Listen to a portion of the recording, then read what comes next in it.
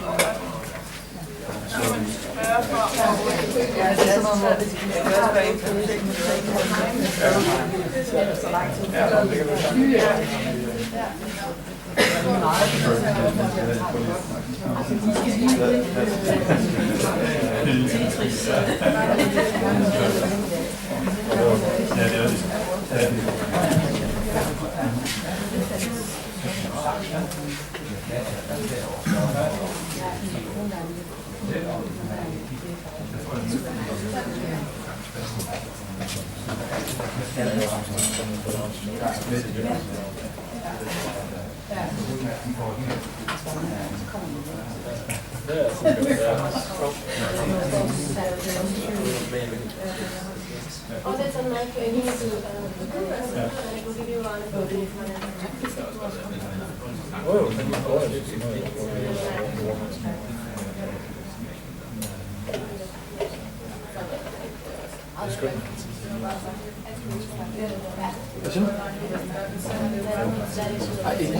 I den omgang har jeg ikke haft tid til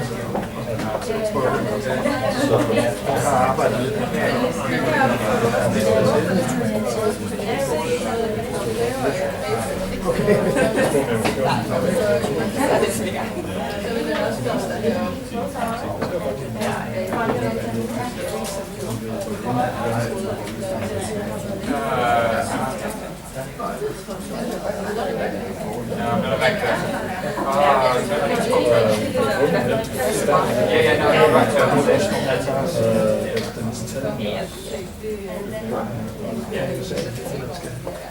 Så alt det analyse, vi har lavet, har vi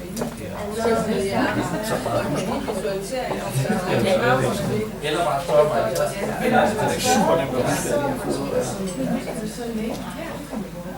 Statistik.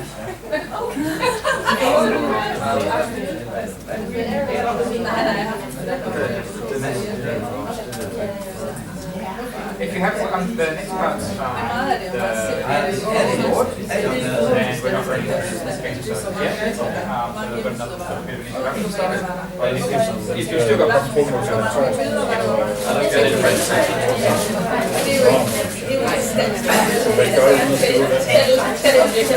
Okay, so I can see that some of you are already beginning to acquire a very important skill, which is Googling error messages and doing what it says in the whatever reply you get from a web page.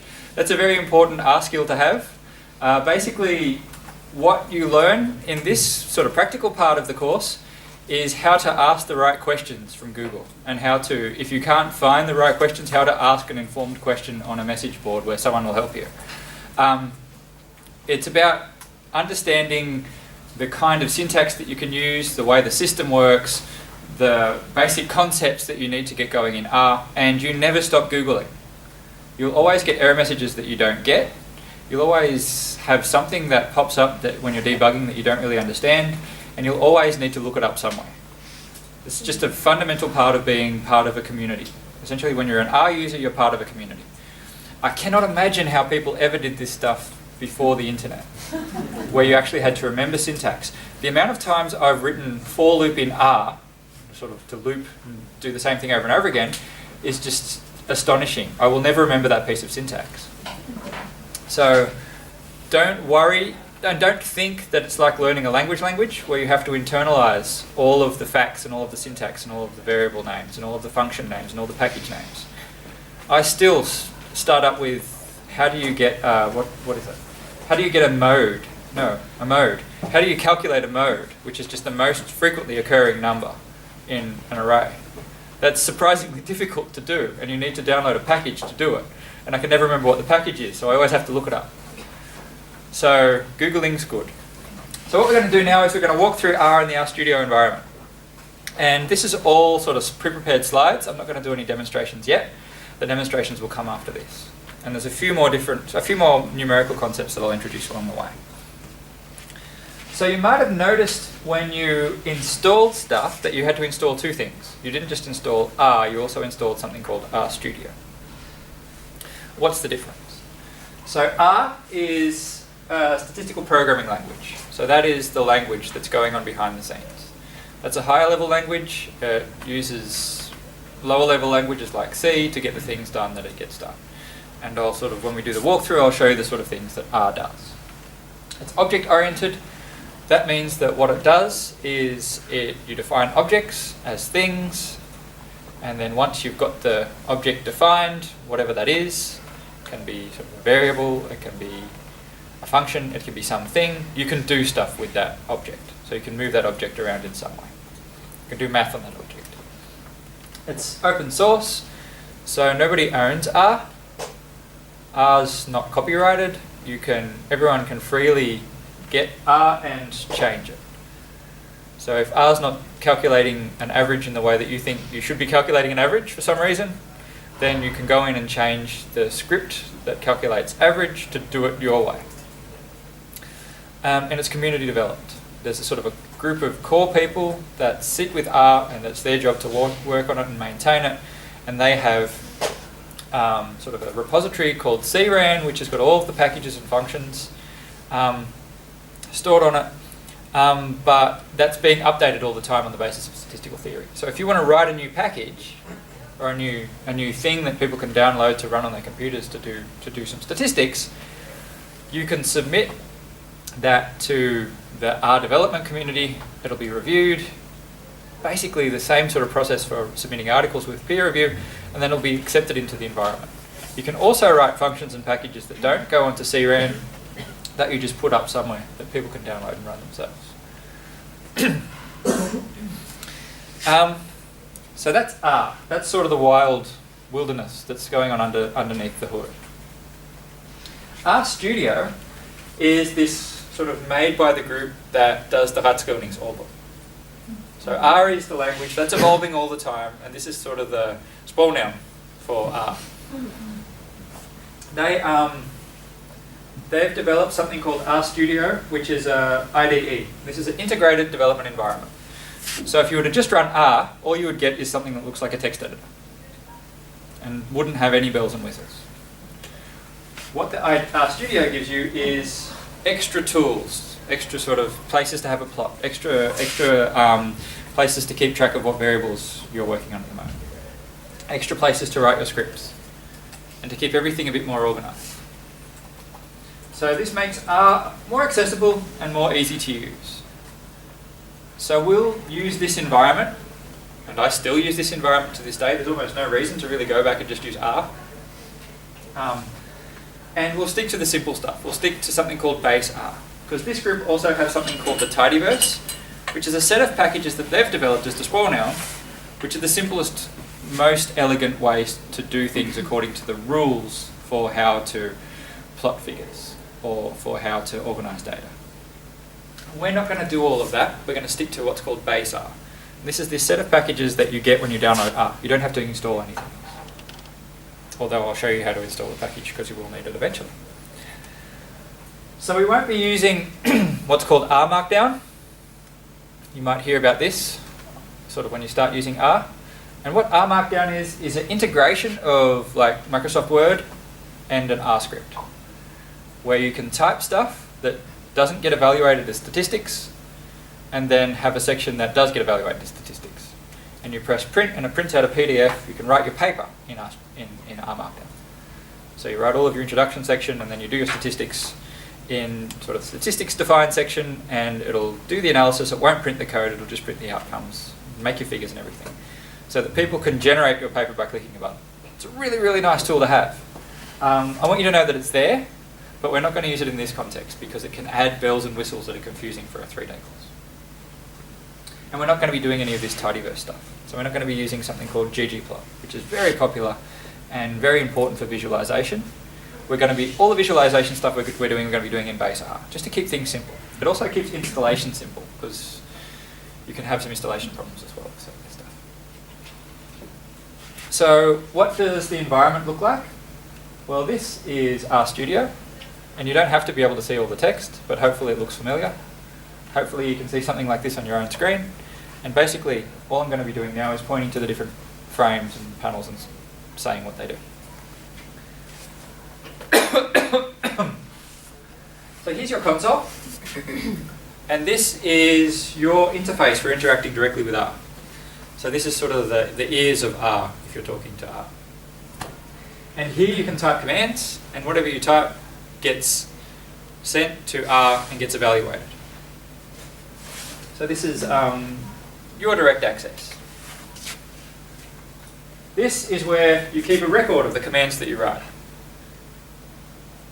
So if you want to calculate an average of something and then add 2, you can write average of some variable, the heights of the people in the class, average of the heights of the people in the class plus 2, or you can keep a record of it up here and get multiple things. So this is called a script.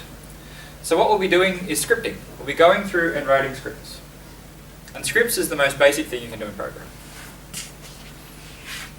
Up here is sort of your workspace or your environment. And this is the variables that that are in use, that are available to you at the moment. So if you define a variable and you can't remember what the numbers are, or you can't remember what it means, you can go up here and see what's available. And I'll show you how all these bits and pieces work. You don't have to remember this all immediately. And down here is sort of the other bits and pieces. The only two things I really use this for is help and plots. So if you want to know how a function works, you can get help within R. You just do question mark and then give the name of the function. Don't get scared by the word function. A mean is a function. It calculates the average of something. You can go question mark mean, and then down here you'll get a help file that tells you how it calculates the average and other statistical concepts that could be useful. So you can try that now. Try a question mark mean to see what happens. Yeah? I have 3 windows, so I'm missing the... You're missing the text, are you missing this one? Yes. Yeah. You go to edit, and then new script. It's like a green plus button on the top left. Oh, that works too, yeah.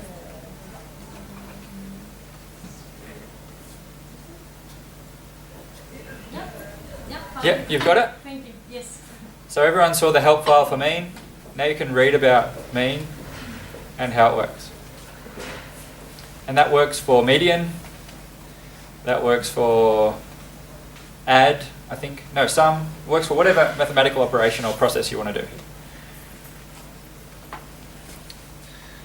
So there's different concepts that you need to understand in order to start using R. And I'll divide these sort of starting concepts up into 2. The first are data concepts. So data concepts are what sort of data objects. Remember I said R's object-oriented? Basically you make an object, you make a stuff, you make a thing, and then you do stuff to it. You have an object that you manipulate. Fits very well with our logic. And it has different kinds or different kinds of data, different kinds of data objects, different kinds of objects that count as data. And they can be more or less complicated. We'll stick to these 3. They are a variable, an array, and a data frame. You can also have cells, deal with text and things like that. So a variable is just when you've got one value assigned to one object. So it's a scalar, another way of thinking. So it's a thing that can change. So if I define A to be equal to 2, A is the variable. That's its value.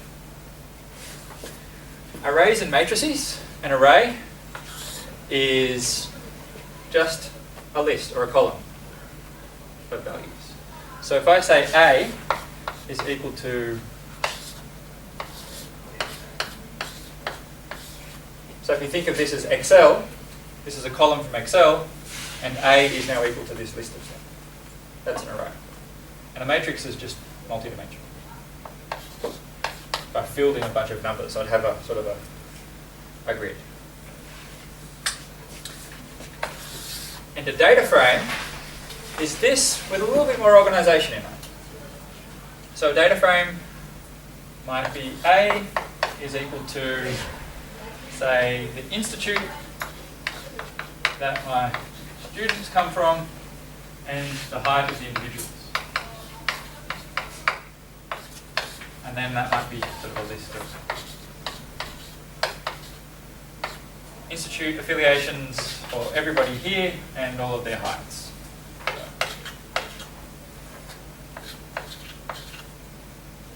And that's just like sort of an array, a matrix, but these columns have a meaning and have a heading that I can get access to.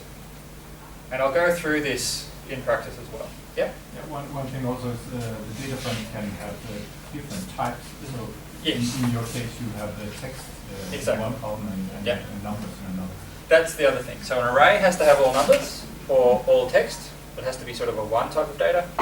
And this can have mixtures. So basically you can think of it as this is like an Excel spreadsheet. It's that simple. And that's the data concepts that we're going to deal with. Nothing more complicated than that. Programming concepts is sort of the other set of concepts. And programming concepts is essentially telling R to do stuff. That's all programming means, is telling R to do stuff with following a sequence. And here we're sort of going up hierarchical levels of organisation. What do I mean by that? Well, commands, that's just telling R to do something now once. So that would be like if I type something in the console or the command line. So tell R to calculate the average of that array A, or the average height of people from IKK. I could do that with one command. Scripts is when we keep track of these lists or these sequences of commands. So that's basically what we write up here.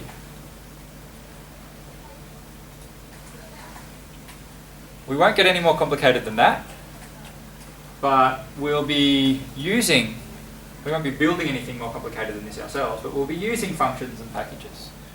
So what are functions and packages? A function is just a script that takes an input and produces an output.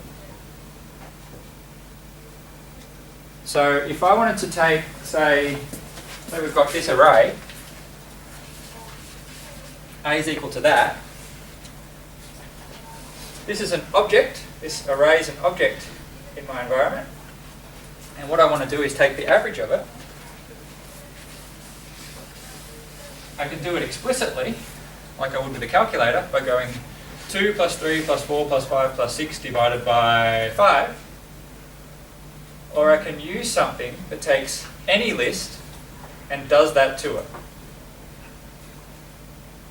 So basically I can have a function that takes any input of this sort, adds all the numbers together and spits out, then divides them by 5 or however many numbers there are, and then spits out an output which I can interpret as the average.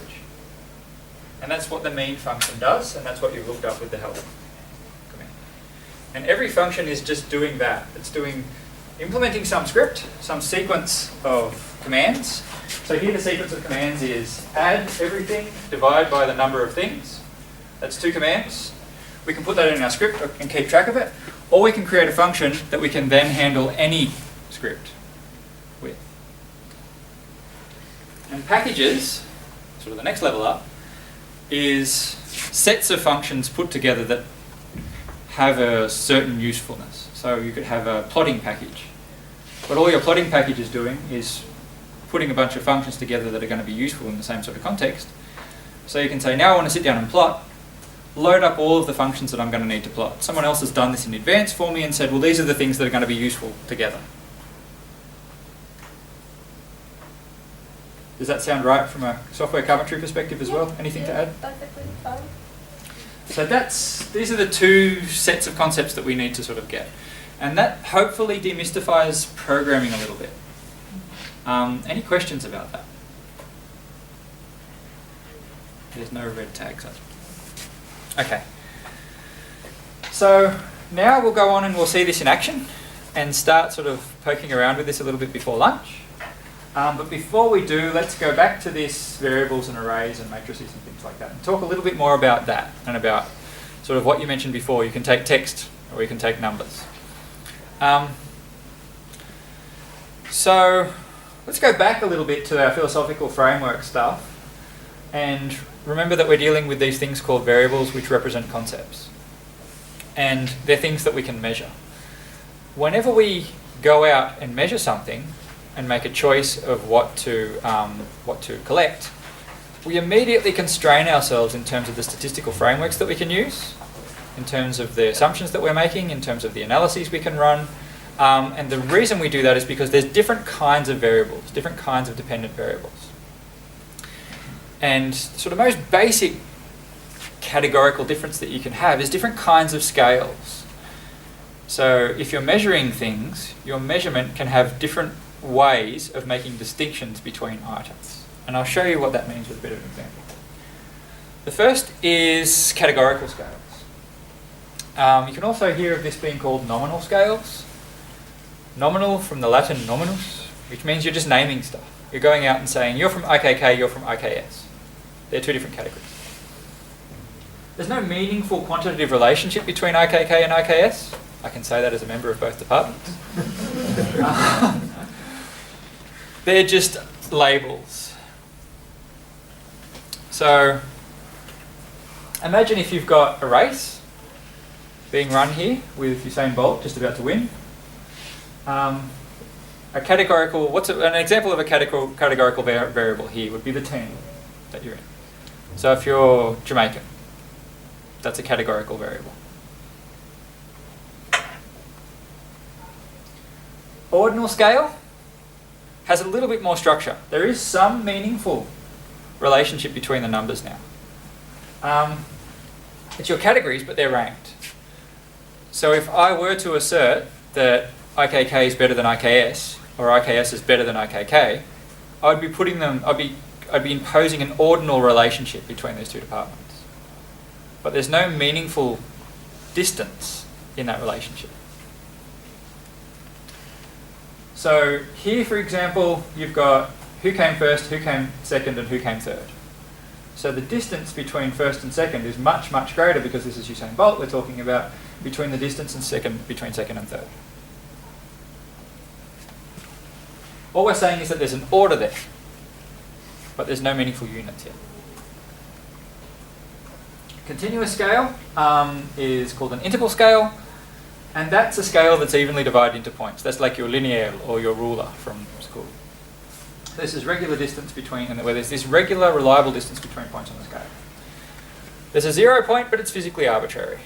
So there's no sort of like absolute zero. There's no molecules stop vibrating at 0 Kelvin sort of thing. There's a bit of arbitrariness, which means that you can't do division strictly meaningfully, but it doesn't matter, we do anyway. So an example here is the world record time. The specific amount of time it took Usain Bolt to run the race. Think of that.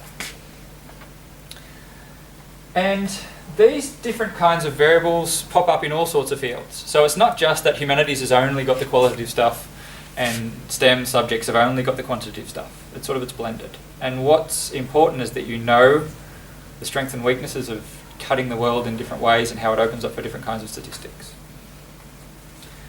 So on a nominal scale, you might have gender, political party, nationality, occupation, or allele if you're in biology. That would be categorical.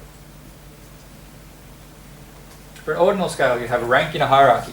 So if you're going to go out and do some ethnography, you might look at, say, a workplace and see if there's a real social rank hierarchy in a flat organisation or in a club.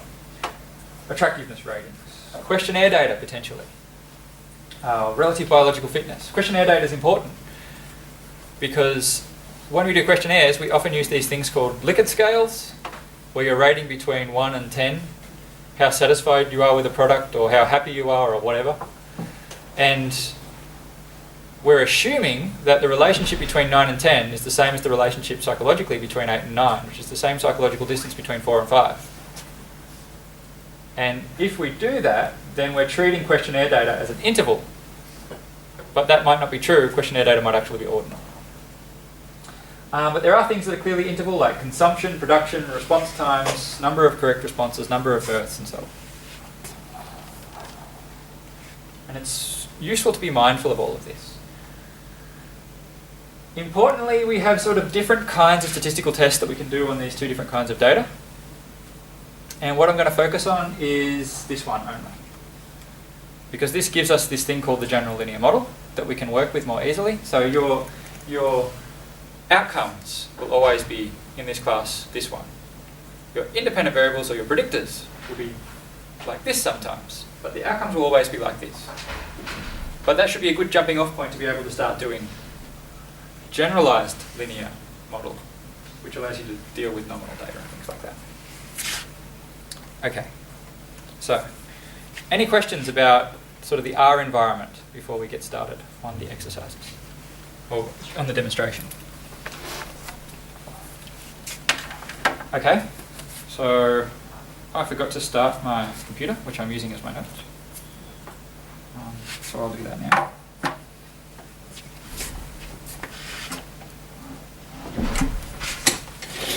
So what I'll do then is I'll start on the demonstration before lunch, and we'll just keep going after lunch.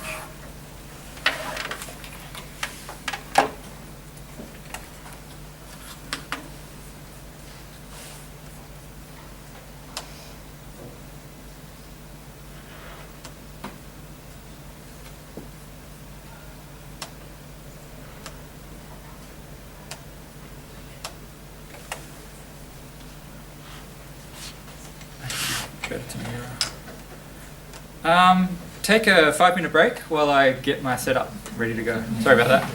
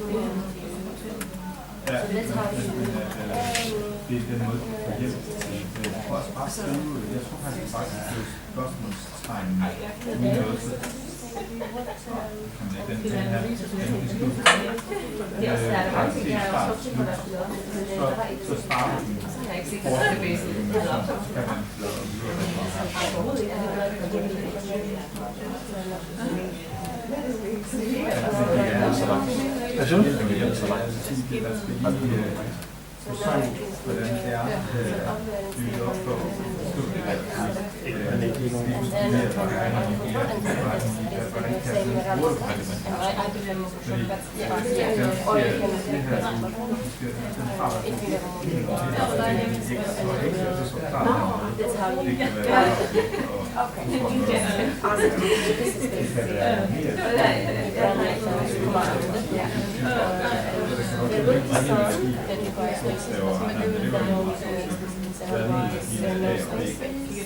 and then that's how you and you get here the question command always means that you manual and you have to understand it will be but here it will stay down here you know what you block and then I never seen it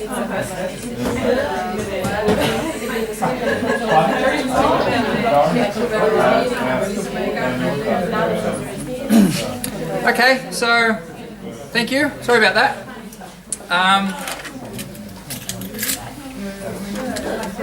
So we'll start the demonstration section, and basically my approach is going to be different to what I've done in the past. There's a couple of different ways to do this sort of thing when you're teaching programming. And one way is to sort of give you pre-processed scripts and say fill in the blanks. So that way you're sort of testing your knowledge of how to design scripts and how to fill in gaps, how to build up a script that adds what you wanted to do. So you've basically got a template to start from. I've tried that and it doesn't work so great for the introductory stuff. Another way to do it is to just give you a problem and say, okay, you've got the textbook, you've got Google resources, here's some simple problems, sit there and figure it out and struggle with it. That does work, but it's not I prefer it to the other way of doing things, but I'm not totally satisfied with it. So what I'm going to try now is something very different. Be interested if you could give me some feedback in evaluation process of whether or not this is a good way to do it. But I'm going to try it via demonstration instead. So basically what I'm going to do a lot is say, well, and that's why the room's still set up like it is to say, here's a problem, here's something that we can all work on together. I'll type it into my screen while you type it into your screen, and we'll produce the output and produce the analysis together. And when something's not clear, you stop me and we can talk about it. Because there's going to be lots of conceptual stuff that comes up that we would normally go around from desk to desk and say, well, oh, okay, the reason that doesn't work is because you've misunderstood concept X. And then I'd have to go to the next desk and say the same thing. And then I have to go to the next desk and say the same thing. And when I was designing this course, I didn't know Adela was going to be here. So I thought, well, how do I manage 40 different people having all the same problem? Well, I'll just do it in a demonstration. So this is going to be a combination of demonstration with worked examples towards the end. So we'll see how it goes, but that's the sort of the expectation. So starting very simple. How can you see? Is everything okay up the back? Can you see the text there? If not, please move forward. Basically what I want you to do is to start a script up here, and we'll call this basically exercise 1. Do something very important which is called commenting. So what commenting does is it allows you to write something for yourself, for your own knowledge, that isn't evaluated by R. So whatever you write behind a hash will become green as you write it, and then R doesn't do anything with it. So we can give this a name for this exercise that we're doing. So let's call this exercise 1 or demonstration 1.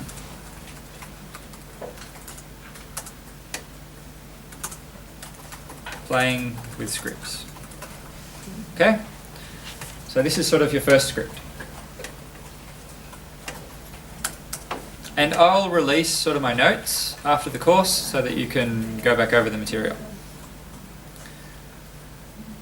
Now anything that doesn't have the hashtag will be sent to the command line. So basically you can think of it as when you type something, you can send it down here to be evaluated, or you can not. And if you type something like this, it won't be sent. But let's start down here. Okay, so basically what is R? At the end of the day, R's just a very fancy community developed calculator. That's all it does. It's exactly the same as the pocket calculator that you used in high school. And it's the best place to start when thinking about it. So R's just a calculator like any other calculator. You can do 4 plus 4, and it'll give you 8. And that's it. You do 4 minus 4, and it'll give you 0. Yeah? Could you explain the strange syntax with the brackets with one? In the reply. Thank you very much. So that basically what that is going to do is it's going to print out an array. It always prints out an array. But here, we only have one number in our array. So we've got an array of 1. A brilliant question. Keep asking that sort of question. So that doesn't mean anything, actually, the 1 there. It just says that this is item 1 in my array of 1.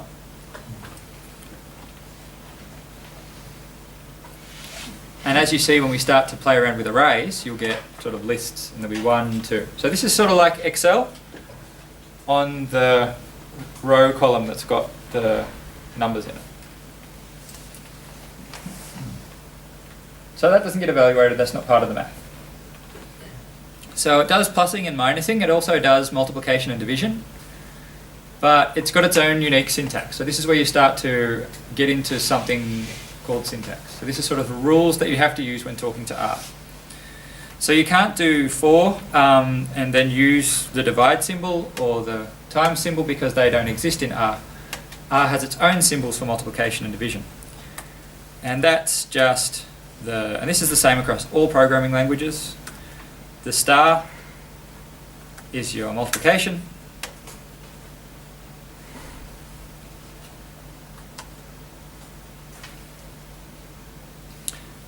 I'll move it up a bit so that you don't have to stretch. But please follow along. And the slash is your division. And that's it. So that's R as a calculator. It starts very simply. What we can do then is use these, we can assign variables, so I was talking before about variables, is we can assign numbers to objects and to operations. So we can start to use some of these concepts that I was going through before, these data concepts and these programming concepts. So we can start to do an algebra-like thing of saying, well, X means something, or A means something.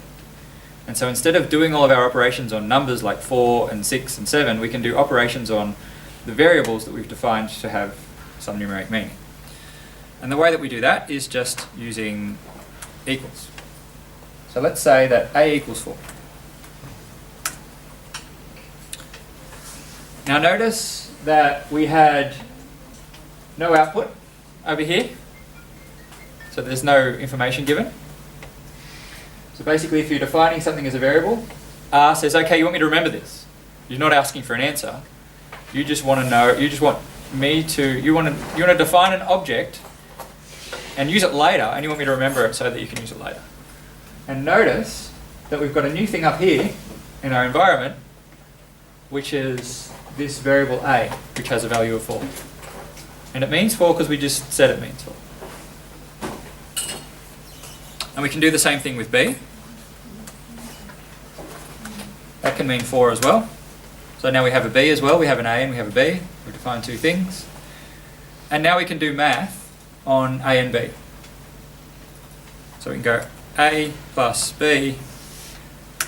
And now we do get an output because we've asked R something. We haven't said remember this to R because I want to use it later. We've said, what's A plus B? You've remembered what A is, you've remembered what B is, what's A plus B? That gives A. So what we're doing here is we're defining variables. Yeah? Variables always in caps? No, not at all. It can be cat equals 4 and dog equals 4. But that's a brilliant question. And then cat plus dog will equal 8. So this is incredibly useful, right? Because now I can say height equals. I can calculate my BMI by typing in my height, by typing in my weight, and then by using the formula for BMI. And if I knew the formula for BMI, I'd do that, but embarrassingly enough, I don't. And I'm not sure I want to advertise my BMI either. You'll be fine. I'll be fine. I mean, in Denmark, it's a bit of a border, but in Australia, I'm thin. Okay. So that's variables and operations. There's two things we're doing here. We're building objects, in this case variables, or arrays with one item in them, and we're doing operations on them. In this case, plus, minus, divide, times. So that's those two levels. What about functions? I said before that functions can take some input and spit out an output given any input that sort of fits the mold that you need. We can do what we just did, which is just adding stuff together using a function as well. So it's the same. It's the same as anything in math. I don't know if you remember this from frustrating high school mathematics. They'd always show you one way to do things, and then they'd show you a completely different way to do things, and both worked. I'm sort of going to do a little bit of that, but I'm going to do it in a context that allows you to see what a function is. So a function is a specially saved word, a specially designated word that, and you'll notice if you're starting to write a function that you'll get a list of stuff that comes up of different functions that you can have.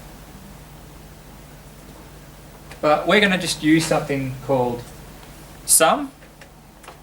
And what sum is a function that adds stuff together. So whatever you put in from here, it'll add it together. So sum is now waiting for a list of values. So let's just give it a list of values separated by a comma. And then it'll give us the sum. It'll just add everything together. So that's a function. There's something going on under the hood in R that is spitting out an output when we give it an input. And the input we're giving it here is a list of values, and the output it's spitting out is those values added together. And if you want to know the maths of how it does that, or the specific programming way it does that, you can just do what we did before and go question mark sum, and you'll have a description over here of what it's doing.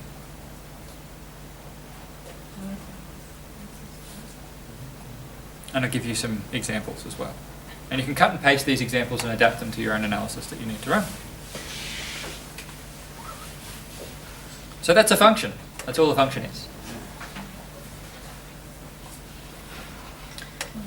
You can get functions that are sort of more useful because it's easy just to go 4 plus 4. So a mathematical operation that we normally do in math, where we write the function out specifically, is the square root.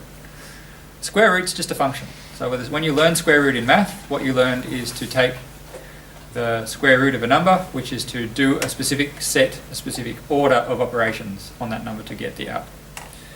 And R has that programmed into it. It's just SQRT of 4. And that'll give you the square root. And that'll do that set of operations that you would do in math to get the square root. And you can put in any number. And again, you don't have to remember that that's the name of that function. I forget simple stuff like this all the time. Just go into Google and go, how to do square root in R, and you'll get the answer. And we don't have to just put numbers into these functions, we can also put our variables in that we've made before.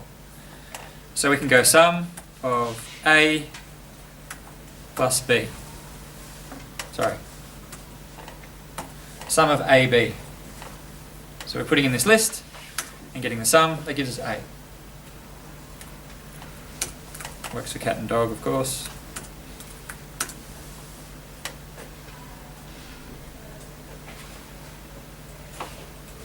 Any questions? And so what we can do then is, imagine you're analysing your data and you're doing something that's a little bit more complicated, and you wanted to say take the mean of, say, one group and compare it to the mean of another group. You might do this at the command line, but then you forgot how you've done it, and you might make mistakes, and you might write down the wrong outcome. What you want is a record of what you're doing. Or you might want to do this to multiple groups. You might want to do this again and again. Then we can start writing our own scripts. So the way that we start writing our own scripts is to come up here to playing with scripts, where you've sort of defined your exercise with the name and everything. And what we're going to do here is we're going to write a little exercise which keeps track of our work. So A equals 4, B equals 4, sum A, B. And then we want to send this down to the console. So this is our sort of our working memory, and we want to send it down to the bit that we use to talk to R. There's a couple of different ways you can do that. You can sort of cut and paste, which is very inefficient. You can write the same thing down here, which is also very inefficient. Or you can do this, which is basically highlight whatever you want to send, hold Control and press Enter. And Control Enter. So Control Enter sends it down to the console. And it works for multiple rows as well. So you can just highlight that section that you're interested in and do that. It's Command and Mac. Yes, everything I say will be Windows specific, so please jump in when there's Mac issues. Why is it that we're doing this? Sorry? I'm trying to understand, what am I doing in the top window and what am I doing in the middle? Yeah, what you're doing in the top window is writing all of the operations that you would just write in the bottom window anyway, but this keeps track of them. So this is kind of like a Word document. So you can imagine you could have a Word document over here and R working over here, and then go A equals 2, B equals 2, A plus B, and that's what I want to do. Or the mean of group 1, the mean of group 2, the difference between the means, and that might be what I want to report in my paper. So I keep that over here in a Word document, so I've got notes to keep track of stuff. So the bottom is my notes? The bottom is your talking to R, and the top is your notes. Good. Multiple case sensitivity? Sorry? R is a question that's coming up. Case sensitivity. Yep, thank you. Some needs to be all lowercase. Yep. Yeah, so functions are case sensitive. What that means is when people have written this sum function before, when the person who's written this into base R, they've written a string of characters, and it could have been any string of characters. It could have been cat, it could have been dog, it could have been cat with a capital C, it could have been dog with a capital D. That's completely arbitrary. Those symbols are completely arbitrary. And they've just chosen to write sum. And in this case, they've chosen to write sum with just little letters. So that's what that string of letters, sum with little letters, means now. They could have written a capital, and then it would be a capital. There's no logic or reason to that. There's some rules according to how you should write scripts and functions, but they're not always followed. There's different systems of thought. But basically, from the computer's perspective, that's all completely arbitrary. And for something like that, for the variables you're defining too, we could have written little a or we could have written little b. So when people have defined this function, when people have written this function, they've chosen those three letters, SUM, because that means something to us, and they've chosen the small version. So that's why it's case sensitive. So sum's always little s, little u, little n. Yep? Can we say both at the end, or is it only the upper part that we said? This is why we keep this part right there, and then we send it down to do all the calculations. Is this why we write it on the top and then we send it? Yeah, and then you're keeping track of your so you're keeping up here, you're keeping track of your work. Over here, you're keeping track of the outputs and the variables that you create over in the environment. No, I was talking about the console and the upper window. So at the end, can we save all of them and then we can go back and You can't save the console. So the console doesn't save. That's the important thing that I neglected to mention. So down here, this little triangle is waiting for an input, and that'll take an input. And when you close R, none of this here will be saved. So this is why we need This is why you need the script. So in principle, I mean, an inefficient way could be to just write in the console what you want to do, and then cut and paste it into Word, and then save your Word document. But then you'd have to cut out all of the triangles and everything, and it wouldn't be very efficient. So this is sort of a mechanism for writing all the same sort of thing in a clean way, and you can go back and edit it, and change it, and see what you've done, and basically keep a record of what you've done. And that's what the scripts are for. Any questions? Yeah? It might be in the book, I just forgot. Is there a list of these, like a dictionary for the most commonly used? Multiple dictionaries. So basically, the best way to do it is to Google what you want to do, and then you'll find something. But there's lots of R for beginners. What's your favorite R for beginner site? Well, there is Introduction to R tutorial, but that's an excellent question because that's the thing people struggle most with R is figure out what's actually inside. And in a way, you need to learn that just by trying things out. So if it's basic operations like the sum and square root, they will usually exist because when you write your own, you can write your own function, take the number, you can do it yourself, but it will be much slower in performance. And most of these core or basic functions are written in C or in different languages, and they are already built in. Googling them. Yeah.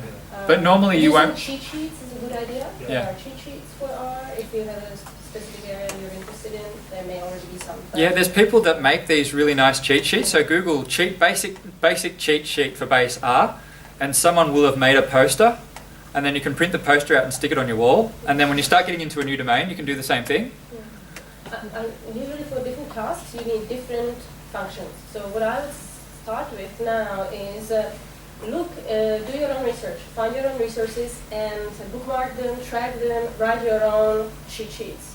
Often because in my experience, people will have very deep experience and skills in one particular kind of analysis. Build your own, start building your apparatus right now, and the one thing to realize is everybody is equally frustrated with not being able to find the thing at the first. That's the normal part of learning with art. That's that figure with the bulldozers and everything on it. Yeah. Yeah. And also another thing is making a reproducible examples. They're also called regex. You can find a lot of them. What we're doing right here is actually making scripts and documenting the scripts with the comments. Yeah. So you can have a you haven't showed the project. You can actually make projects. So this at the moment we haven't saved this as a project, but we could, and then all the scripts will be in a neat folder. Yeah. Yeah, there's lots of bells and whistles you can add on, and then Markdown allows you to write your papers like this, but let's just keep it at the script level. But absolutely. Good, but these are really good questions. So one last thing you can do is you can run the whole script. So you can run bits and pieces of the script as you're going to debug and check, and once everything's ready, you can just do that. And let's empty our workspace. What you do is you go up here to source, which is... Maybe could you slow down a bit, because I don't know, we all got the... Sorry? How you empty the... Oh, good point. Yeah, So your environment, you want to take all the items out of your environment. There is a broom over here.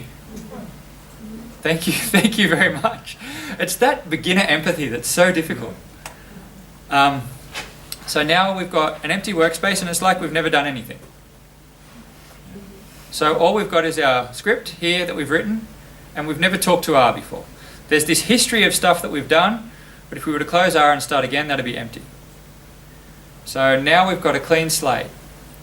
And what we can do is, if we wanted to have an analysis process whereby we said, define A as 4, define B as 4, and then add A and B together, we would write it like this in our script and have all sorts of comments. We can write comments afterwards to say why we did this.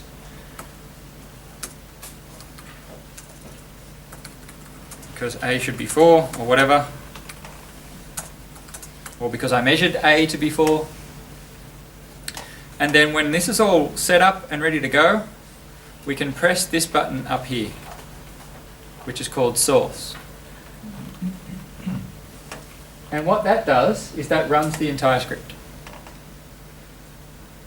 So do that and pay attention to your environment. You'll get your A and your B out.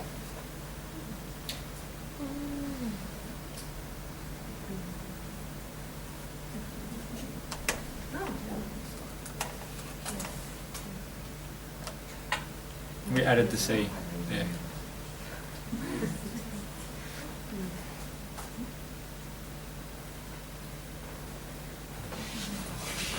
So that's scripts, and an important part about pressing this source button is if you've saved your script and given it a name, pressing that will also save it. So it'll so like save your work in progress.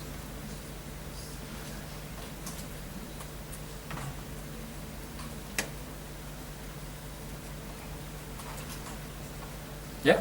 I was just wondering when you before you didn't assign the C, what did you actually get out of the sum in the console, right? Everything is printed. Nothing comes out of the console there. Or Okay. did it come out? No, Maybe no, it I did. was just wondering because it didn't in mine. So I don't think it comes out when you source. important thing to Yeah. actually assign it to some variable if you want to see the results. Exactly. Yeah. Yeah. So if you're running your pressing source, you won't automatically get something spat out. If you want to get something spat out that you're not necessarily saving, if you're monitoring some loop or something like that, sort of a more advanced concept, you can print the operation. So if I don't want to save A plus B, but I want to see what the result is, you print it. Yeah? Why don't I click run when I want to run? What does run do? I can't remember. I think run is for bits and pieces. It's like, yeah, it's bits and pieces. So there if you've got, no, it's just the line that you're on. Yeah. So run runs the line you're on.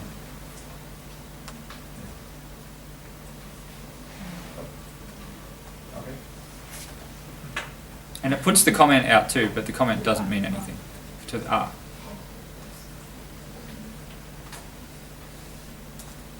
Yeah.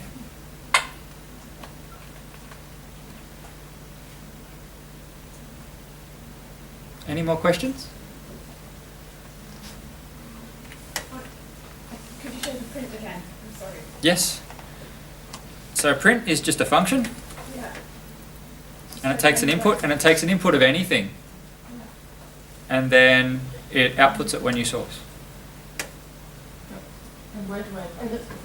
And the input goes into brackets that you need to make sure you have both Yeah. the beginning and the ending part. Yeah. So with a function is a word and then brackets, and whatever's in the brackets is the input. But we'll get to functions. Yeah, in those cases. And where?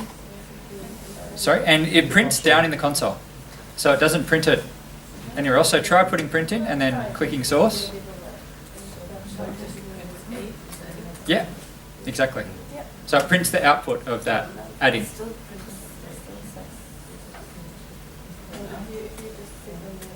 What does print mean? Print means that you want to see that output in the console when that line runs. Because normally R will do a bunch of stuff, but it won't output it all because that'll take up time. So if you've got a really complicated code, every time it sort of prints an output, it takes processing time away from running your statistics. So what print? But there's sometimes that you might want to see that outcome. So if you've got a big loop where, let's say you're running a complicated model and you're running 90 subjects, and you want to know that it's actually running, you can print for each iteration. So you can print like 1, print 2, print 3 to let you know that things are actually happening. And it just tells you down in the console what the output is.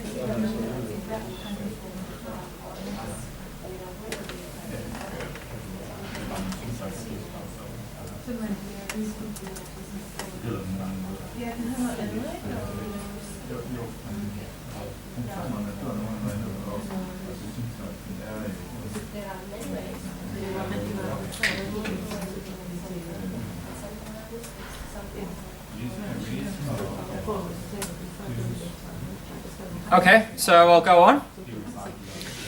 And we'll start this next bit before lunch. And we won't get through this next bit, but then we'll backtrack and start it again. I don't think it's a bad idea with this part. But let's sort of call this give this a new heading. Oh, all I'm doing now is basically just making the headings clear. This doesn't do anything functionally. This is just because I want headings to stand out. So you don't have to do this if you don't want to, but it's my way of making things look very salient when I'm going between different sections. So demonstration 2, this is writing a script.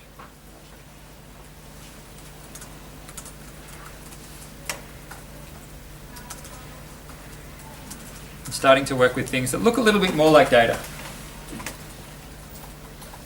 Okay, so we've done variables now. And a variable, we just said, was a number that can be assigned to something. We've assigned 4 to cat, 4 to dog, 4 to A, 4 to B. And we've done operations on those variables. We've done plus, we've done minus, we've done divide, we've done multiplication. But normally we're working with more than one data point. So normally if you go out and collect some data, you've got more than one subject, you've got more than one measurement. So we need to be able to work with these arrays, these lists of numbers. So what we're going to do now is make new objects, new data objects, that are bigger than variables. They're not just one data point, but they're lists of data points.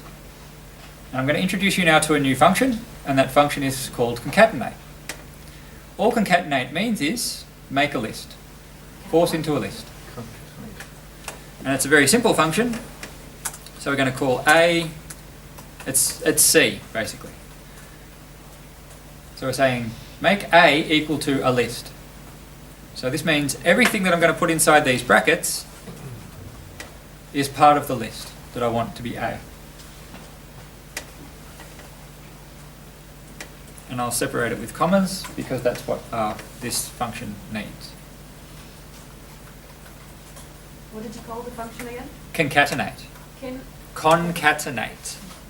Yeah, which is just a fancy STEM way of saying make list.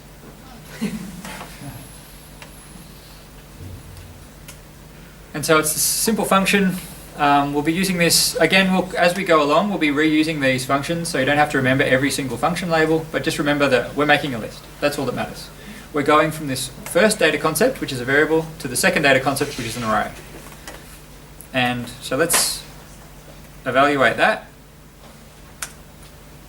So now, all I've done there is I've highlighted this line, done Control Enter or Command Enter to send it down to the command line. It's been sent to R, and then R has created what I asked it to create, which is this A, and that A is a numerical list, means it's numbers, and they go 1, 2, 3, 4, 5. That's the contents of A.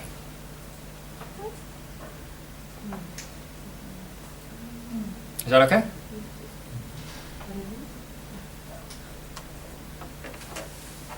No red sheets anyway?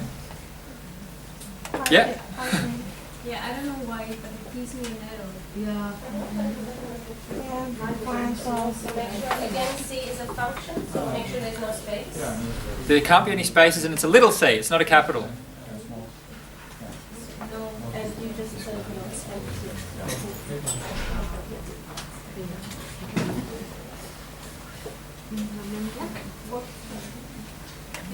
I'll come up.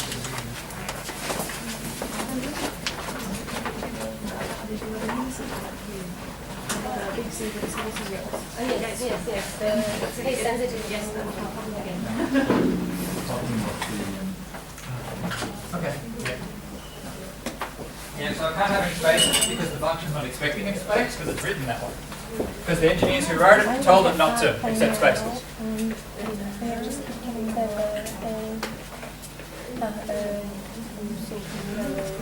So spaces matter inside functions, but they're not so important outside of functions. So these spaces don't matter. So if we have spaces here, it'll still work. But is there a general principle, like generally avoid spaces, you're more likely to not get error? Or? Inside functions there shouldn't be spaces. So that's inside the brackets behind a function. So here we've got C is the function. But if I never put spaces, am I then cool? Yeah. I'm happy with that. I think that's a good rule.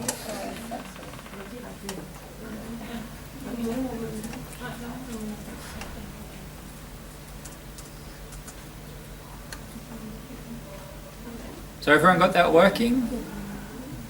Yeah. Yeah. So let's make a B then. And make it the same length. Try that, yeah.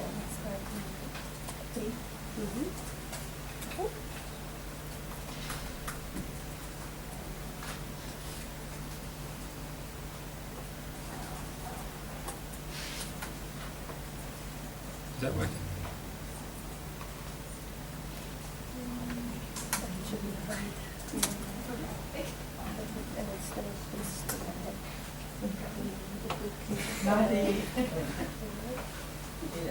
And you'll notice here that we overwrote the B that was there before. So that's important. Only use variable names once.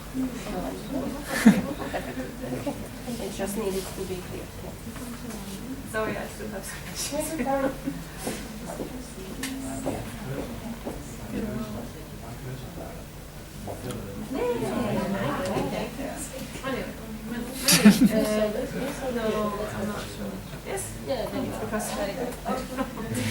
Okay, so notice that overwrote the variable. So if we change this to, you don't have to do this, but just look at my workspace. If we change it to 3s, those 2s get changed to 3s. That's a very important fact when you're working with data analysis, that you can overwrite your stuff and not have wanted to overwritten it, and then you'll get results that don't reflect your data. Okay, so now we've got A defined as an array and B defined as an array. What can we do with that? Well, we can do operations on those data objects. So before, when we did 2 plus 2, that was operations on data objects, which were just numbers. When we did A plus B, that was an operation on a data object that was a variable that we defined that only included a number. We can do the same thing with arrays. They're also data objects that we can do manipulations on. So we can define C as A plus B, and then look what happens in your workspace.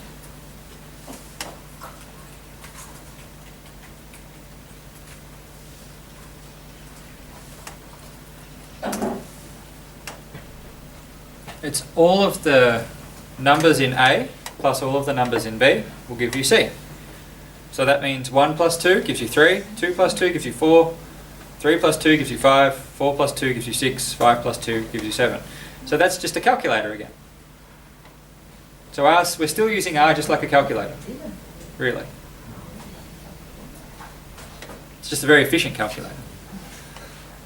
It didn't make sense to me at all. I mean, I can see it, but Yeah. how on earth would I figure out beforehand that you can calculate that way rather than that way and that way and add them together? You're talking about the dimensions of the... Yeah. Well, it's the same thing here. It's an important question. So here it's the same thing. Right?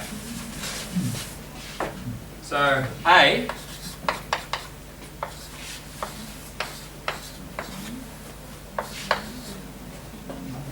try to stick with the example. Where did I start? I started on 2, didn't I? No, 1. 1, 2, 3.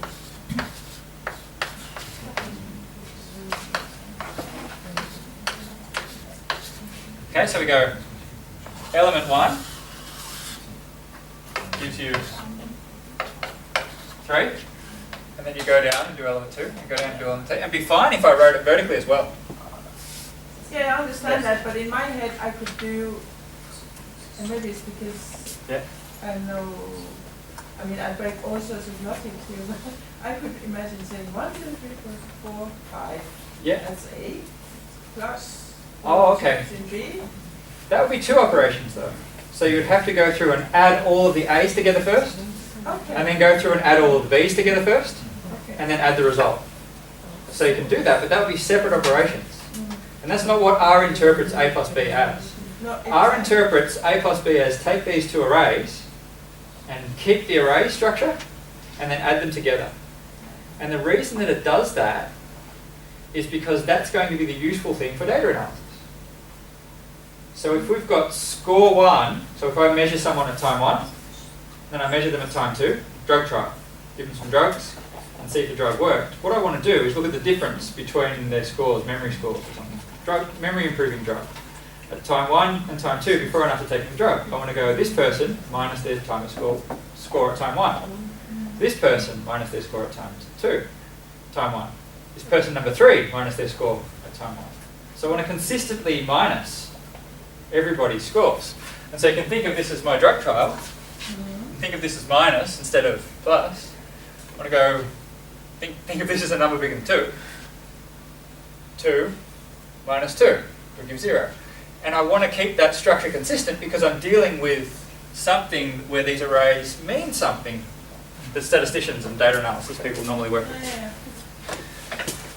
So it's not universally necessary that it has to be like that. It's set up like that because that's the sort of data we work with. Because we're working with Excel spreadsheets, really. And then if you wanted the mean of everybody, you would actually have to then add them and then... No. There would be a function for that, so you could do like the mean of A, but we're getting ahead of ourselves. Yeah, we'll do that too.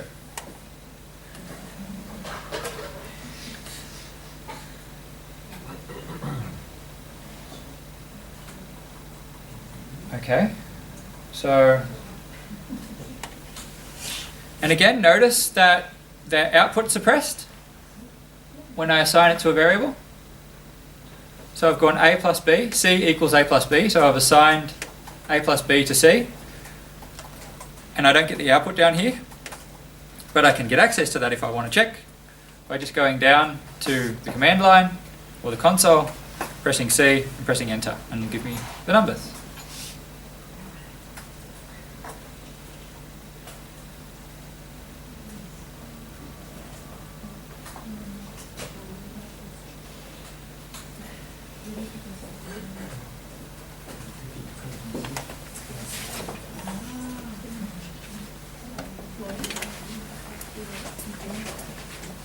No, if you're not, it's case sensitive. So Is that okay? it's your small lowercase c is function concatenate. Yeah. I should have used X, Y, and Z. Sorry about that. Okay, so let's have lunch and start again at 12:15. And there's food that's been delivered outside. I think that was our food. I'll just check. Don't worry, I'm calling lunch too early. Yes, there's food here. So have lunch, talk amongst yourselves. We'll start again at 12:15 and sort of start this part of the demonstration again. And by the end of the day, you'll have these programming and data concepts under your fingers for tomorrow's stat stuff.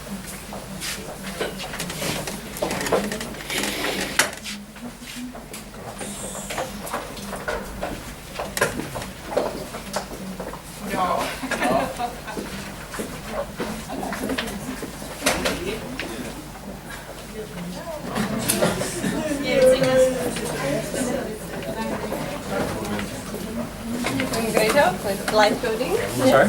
Great, definitely you should look for the software package instructor. Yeah.